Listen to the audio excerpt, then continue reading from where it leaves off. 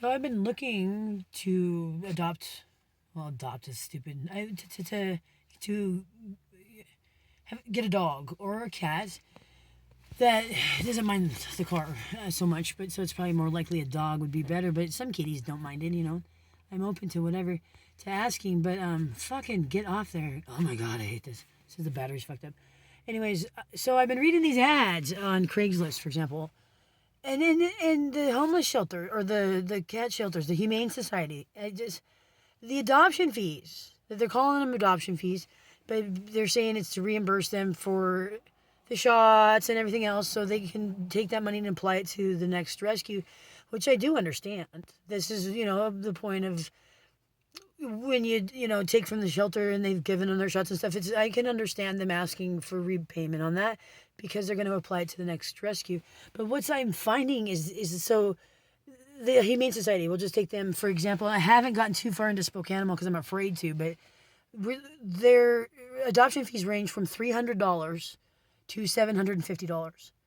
And this is so like a senior dog is $300. An older dog that is harder to place and is senior is $300. And if you're looking for a puppy, $700. $700. So something's weird with this. Okay, something's weird with this. There's not a fucking stray in anywhere in this town or this city, in the valley, anywhere. I've seen 2 cats in 4 months. 2. One ran, and both of them ran, and both of them very much afraid of people, which is probably safe for them to do this, to stay the fuck away from people. But I opened a cat rescue when I used to grow weed back in early 2000 because Spokane was the main pound for the city, and they're just they were a euthanization center. They were not an adoption center. They were not a shelter. They were a death camp for animals that were they didn't even have to be strays. What really got me interested in it was this couple that I met, and they were young. They just had a baby, and they had a cat that they had licensed, and she was fixed. She had her earmarked, which is a whole program that had started with spay, neuter, and return thing, so they would know that the cat was fixed, and they would take it back to the neighborhood, was the point that they were supposed to do if Spokane caught it. So anyways, she had her rabies shot, all of it, everything she needed, and their fucking neighbor kept live trapping her and taking her into Spokane, who then would call and want like $80 plus whatever to get her out. Like they would literally hold this cat hostage and extort money for this, even though she was completely legal to, they had paid all the money, and this happened to them 3 times in 1 month. Okay, they just had a baby, and they were like in their early 20s. And so think about that. That's like $240 plus. It was probably close to $300 because there was like the extra fees on top of that. And so it happened a 4th time. And they didn't have the fucking money. And I can understand why. They didn't have the money. And so the cat goes on the death list and was going to be euthanized in 3 fucking days from that point when they called and they said, we don't have the money. Then we're going to kill her. And she's on the death list. She's marked on Monday. So through circumstances, because I had been doing so much work with them, there was people that worked within Spokane that, did what they could. They would try to contact people and give them my information to circumvent Spokane, because I started off taking their overflow. So you would call them, and they would go in, and when they reached their threshold, they would call me, and I would take the extras.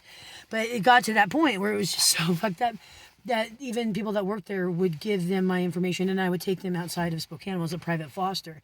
And I just funded it through a private vet. I was growing weed, and it wasn't, impossible to do at all. I spent, I was counting that. It was like, I don't know, average of $90,000 a year at the private vet, and I was there for almost like 4 years before I, had to quit because I got busted because my husband's a piece of shit, is still, but so anyways, this is my experience. There's just massive euthanization, of every fucking stray, not strays, every animal that those fuckers got their hands on was killed, and I mean, it was like a death camp, and there was like people spoke kill 'em. Instead of Spokanimal, they were called Spokilimal. That was their nickname, Spokilimal, because that's what it was like. People would be fighting these fuckers to get their animals back.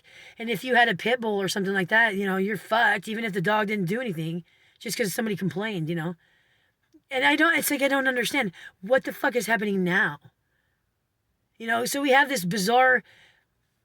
Now the shelters aren't euthanizing any animals, which is, you'd think would be a great thing, but they have these outrageous adoption fees of upwards of $700 fucking dollars.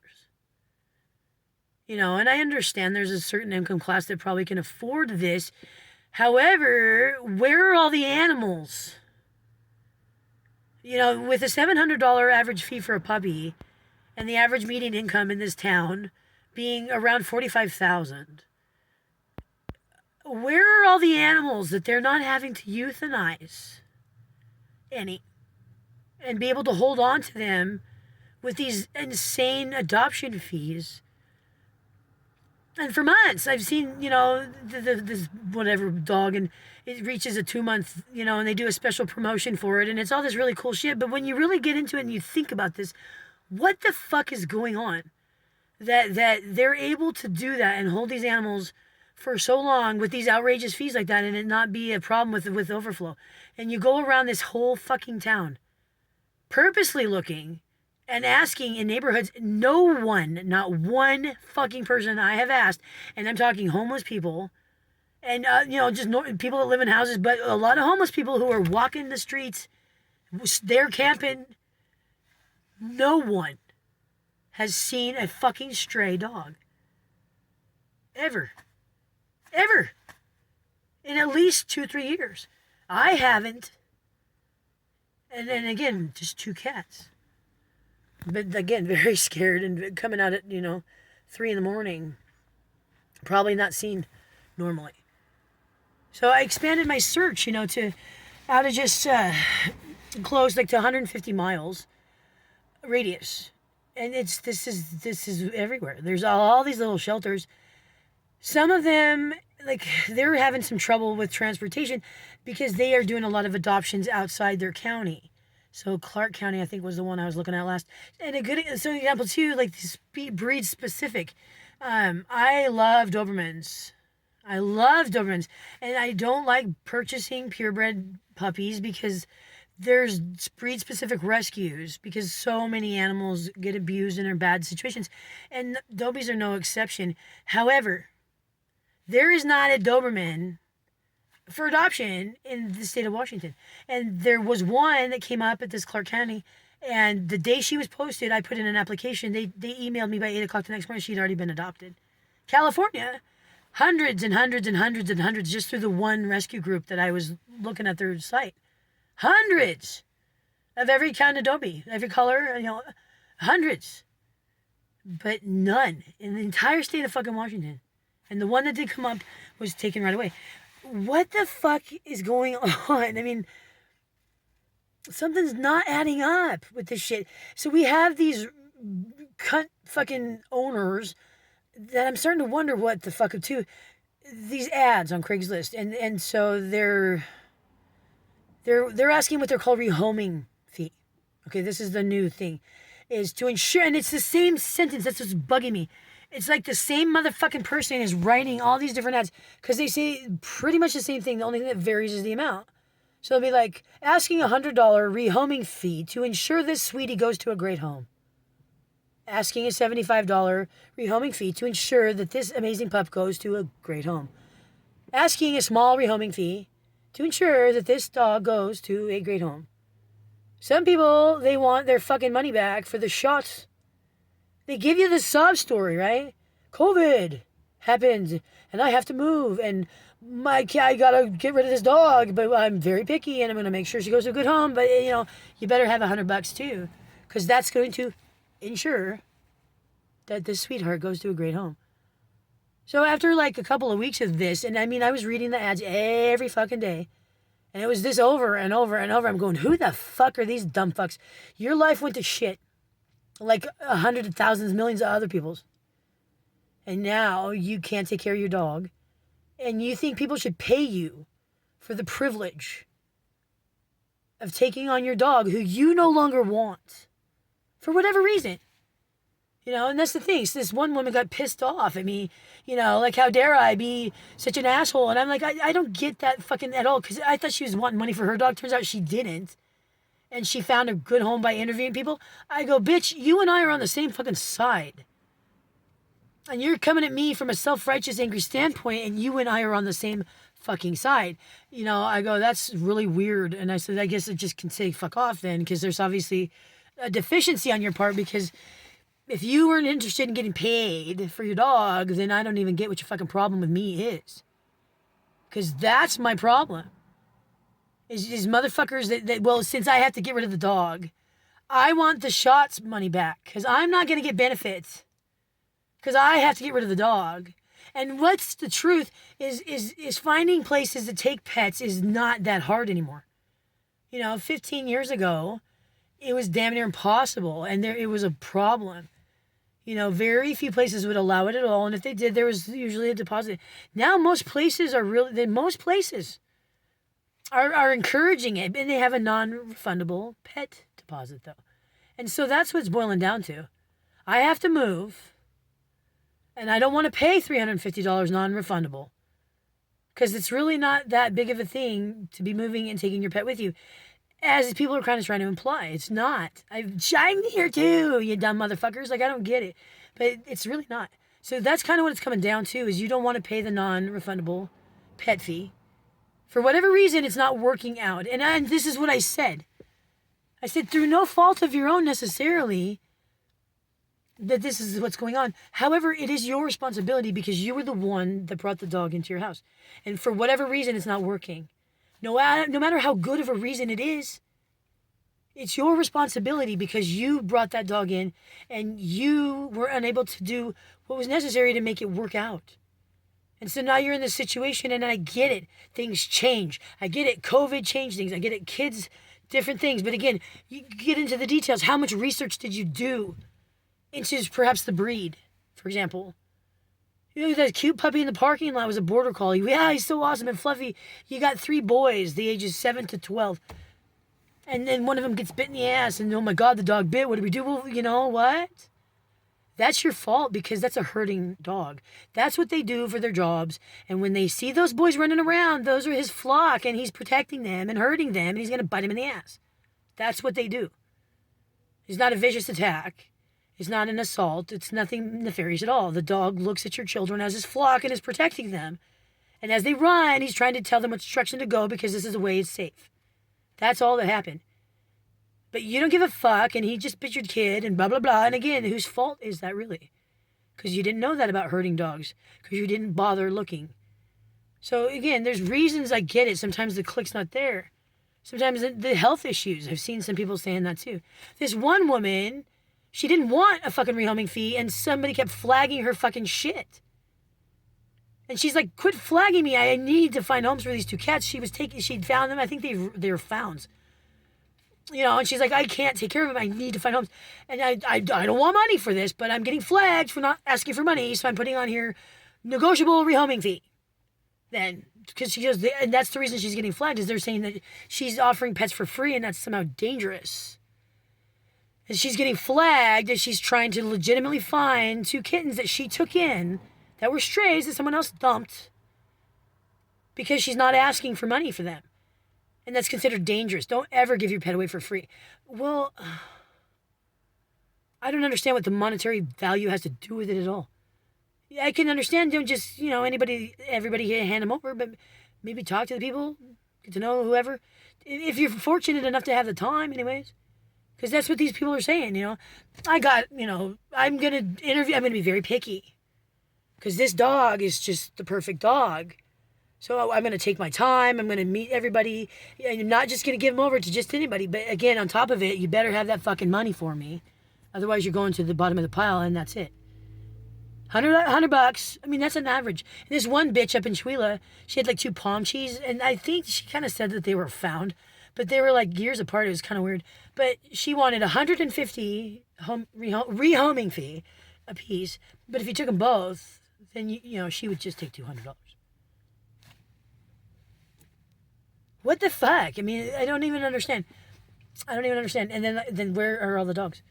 It's like there's an underground some shit, like they're selling them out to fucking sick shit. It's just, oh god, this town is so fucked up. It's never good, dude. It's never good.